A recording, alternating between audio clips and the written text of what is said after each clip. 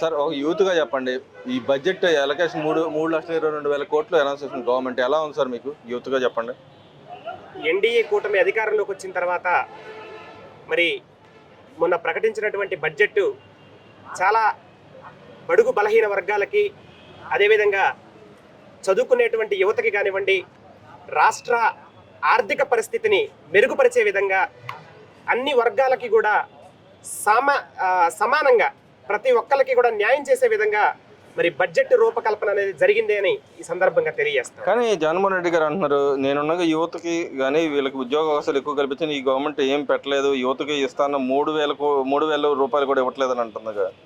జగన్మోహన్ రెడ్డి అధికారంలో ఉన్నప్పుడు ఆయన చెప్పినటువంటి మాటలు ప్రతి జనవరిలో మరి జాబ్ క్యాలెండర్ వేసి మరి యువతకి ఉద్యోగ అవకాశాలు కల్పిస్తా అని చెప్పినటువంటి జగన్మోహన్ రెడ్డి మరి ఎన్ని ఉద్యోగాలు నువ్వు యువతకి కల్పించావు?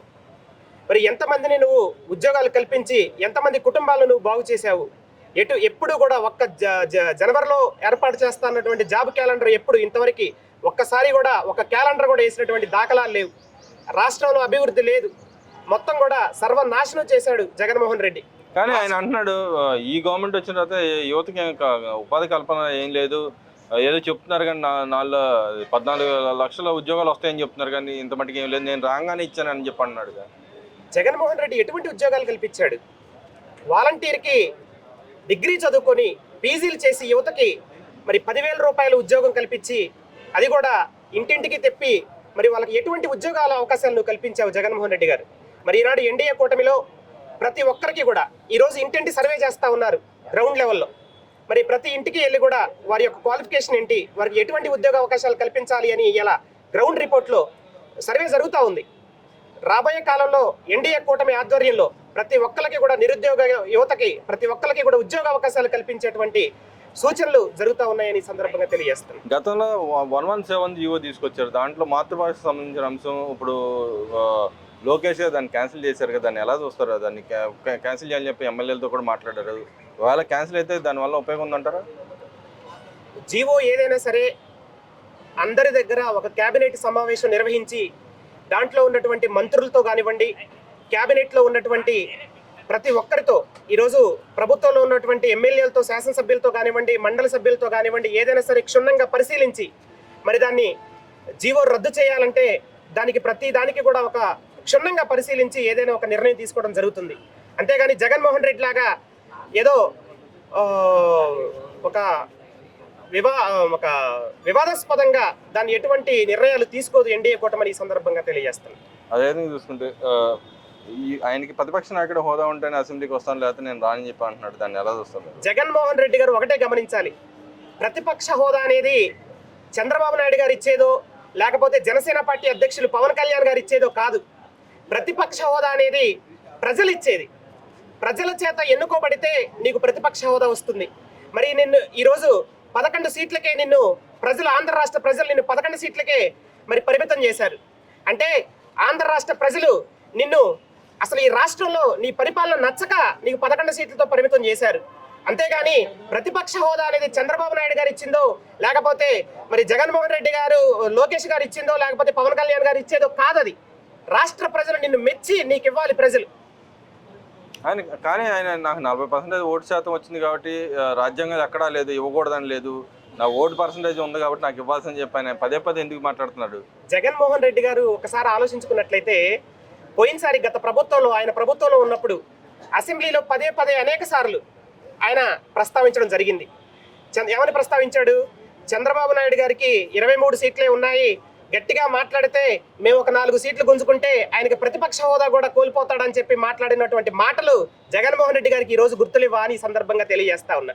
అంటే నువ్వు అధికారంలో ఉన్నప్పుడు ఒక విధంగా, మరి ఎన్డీఏ కూటమి అధికారంలో ఉన్నప్పుడు ఒక విధంగా చూసుకుంటే ప్రజలన్నీ కూడా గమనిస్తా ఉన్నారు అని సందర్భంగా తెలియజేస్తా ఉన్నా. అంటే మీరు ఏమన్నా ఈ మాట అంటున్నారు, పవన్ కళ్యాణ్ గారు ఏమన్నా ఇక్కడ లేదు, జర్మనీలో అయితే అవకాశం ఉంది పర్సంటేజ్ ప్రకారం, కానీ ఇక్కడ లేదని చెప్పి ఆయన అన్నారు.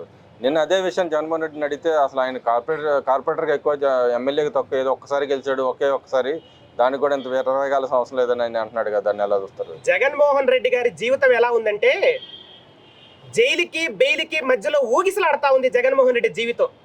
అలాంటి జగన్మోహన్ రెడ్డి ఇలాంటి అవాకులు చవాకులు పేలితే చూస్తూ కూర్చోడానికి ఇక్కడ ఎన్డీఏ ప్రభుత్వం ఏమీ కూర్చోలేదు, చేతులు కట్టుకొని కూర్చోలేదు. ప్రతిదీ కూడా జగన్మోహన్ రెడ్డి చేసినటువంటి అవినీతి అక్రమాలన్నింటినీ కూడా బయటికి తీసే రోజు దగ్గరకు వచ్చింది. కాబట్టి ఆయన ఒక ఎమ్మెల్యేకి ఎక్కువ, ప్రతిపక్షానికి తక్కువ. ఆయనకు ప్రతిపక్ష హోదా కూడా లేదు.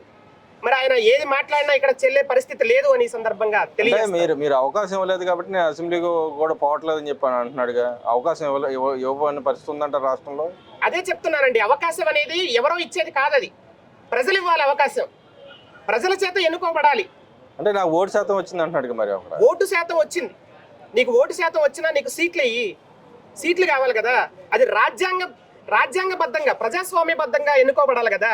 అది ఎవరో చెప్తే వచ్చేది కాదు ప్రతిపక్ష హోదా అనేది. అంటే రాజ్యాంగంలో కూడా లేదా, అసలు క్లాజే లేదని చెప్పి ఆయన అంటున్నాడు. మరి స్పీకర్ గారు క్లాజ్ ఉందని చెప్పి ఆయన చెప్పారు. మరి ఏది నిజం అంటారు? రాజ్యాంగబద్ధంగా ప్రజాస్వామ్యబద్ధంగా ఎన్నో, ఈరోజు ఒక గవర్నర్ గారు కానివ్వండి, ఒక పార్లమెంట్ కానివ్వండి, ఒక అసెంబ్లీ కానివ్వండి, ఏదైనా సరే రాజ్యాంగబద్ధంగా ఈరోజు వెళ్తూ ప్రణాళికలు రచిస్తూ జీవోలు శాసిస్తూ వెళ్తా ఉన్నాం. అంతేగాని ఏదో జగన్మోహన్ రెడ్డి గారు నోటుకొచ్చినట్టు మాట్లాడితే కుదరదు.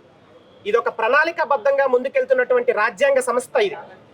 కాబట్టి జగన్మోహన్ రెడ్డి గారు అవన్నీ కూడా పరిశీలన చేసుకోవాలి. ఒక మాట అనే ముందు ఆత్మ పరిశీలన చేసుకుంటూ మాట్లాడాలి అని సందర్భంగా తెలియజేస్తాం. పోసాని మురళీకృష్ణ గారు కక్ష కట్టే పవన్ కళ్యాణ్ కక్ష కట్టి ఆయన కేసులు ఇరికిచ్చారని చెప్తున్నాడు కదా, నిజంగా నా పరిస్థితి ఉందంటారా? కక్ష కట్టాలి అంటే అది జగన్మోహన్ రెడ్డికే సాధ్యం. జగన్మోహన్ రెడ్డి కట్టినట్టు కక్ష ఏ ఎన్డీఏ కూటమి అనేది కక్షతో పరిపాలించట్లేదు. పోసాని మురళీకృష్ణ అనే వ్యక్తి మరి ఆనాడు జగన్మోహన్ రెడ్డి అండ చూసుకొని గత 5 సంవత్సరాల్లో జగన్మోహన్ రెడ్డి బూట్లు నాకి జగన్మోహన్ రెడ్డి ఏదంటే అలా అన్నాడు. ఇప్పుడు దానికి జగన్మోహన్ రెడ్డి అనమంటే నేను ఎందుకన్నానా అని ఈరోజు పశ్చాత్తాప పడతా ఉన్నాడు. అంతేగాని పోసాని కృష్ణమురళి లాంటి వ్యక్తి ఎవరైనా సరే గత ప్రభుత్వంలో జగన్మోహన్ రెడ్డి అండ చూసుకొని మాట్లాడినటువంటి మాటలు ప్రతిదీ కూడా లెక్క రాశాం. ఈ రోజు ఎన్డీఏ ప్రభుత్వంలో ప్రతి ఒక్కరికి కూడా కాలం చెల్లే రోజులు దగ్గరకు వచ్చాయని ఈ సందర్భంగా తెలియజేస్తాం. అంటే అంబటి రాంబాబు అంటున్నాడు, మావాడు తప్పు మాట్లాడలేదు, మీరు మాట్లాడగా మేము మాట్లాడామని మీరు మాట్లాడగా, మరి మీ మీద ఎందుకు కేసులు పెడతలేదని అడుగుతున్నాడుగా. ఎవరు మాట్లాడారా, ఎవరు మాట్లాడేదా అని అన్ని రికార్డెడ్ గా ఉన్నాయి. గవర్నమెంట్ అన్ని కూడా క్షుణ్ణంగా అబ్జర్వ్ చేస్తా ఉంది. ఎవడు అవినీతిలో, ఎవడు అక్రమాల్లో కూరుకుపోయి ఉన్నాడో ప్రతిదీ కూడా గవర్నమెంట్ అన్ని లెక్కలతో సహా రెడీగా పెట్టింది. ఎవడికి ఎప్పుడు కాలం చెల్లిద్దో అన్ని దగ్గరకు వచ్చాయి రోజులు. అది